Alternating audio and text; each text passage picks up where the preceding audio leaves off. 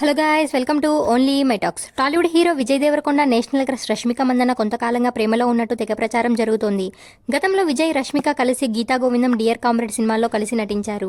ఈ క్రమంలోనే వీరిద్దరి మధ్య ప్రేమ చిగురించిందని, అప్పటి నుంచి పర్సనల్ లైఫ్లో చాలా క్లోజ్గా ఉంటున్నారని, అంతేకాకుండా ఇరువురి ఇళ్లలో జరిగే ఫంక్షన్స్కి కుటుంబ సభ్యులు కూడా హాజరవుతున్నట్లు పలు వార్తలు వైరల్ అవుతున్నాయి. త్వరలోనే వీరిద్దరూ ప్రేమించుకుంటున్నారని, పెళ్లి చేసుకుంటున్నారని ఎన్నోసార్లు రూమర్స్ వచ్చాయి.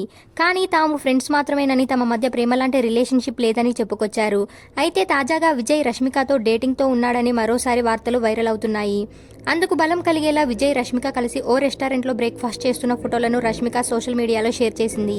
ప్రస్తుతం ఈ ఫోటోలు నెట్టింట తెగ వైరల్ అవుతున్నాయి. ఈ విషయం ఇలా ఉండగా ప్రస్తుతం రష్మిక మందన్న హిందీ, తమిళ్, తెలుగు తదితర భాషలలో వరుస ఆఫర్లు దక్కించుకుంటూ దూసుకుపోతుంది.